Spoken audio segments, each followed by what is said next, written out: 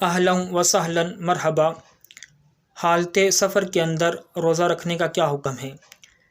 مسافر کو حالت سفر کے اندر اختیار حاصل ہے کہ وہ روزہ رکھ لے یا روزہ وہ نہ رکھے۔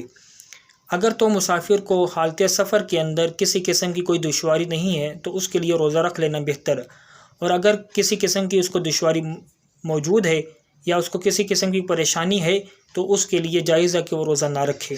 حضرت ابن عباس رضی اللہ تعالی عنہ کا بھی فتویٰ یہی ہے کہ مسافر کو اختیار حاصل ہے کہ وہ روزہ رکھے یا نہ وہ رکھے۔